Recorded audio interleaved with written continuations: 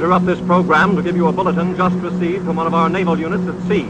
A large object traveling at supersonic speed is headed over the North Atlantic toward the east coast of the United States.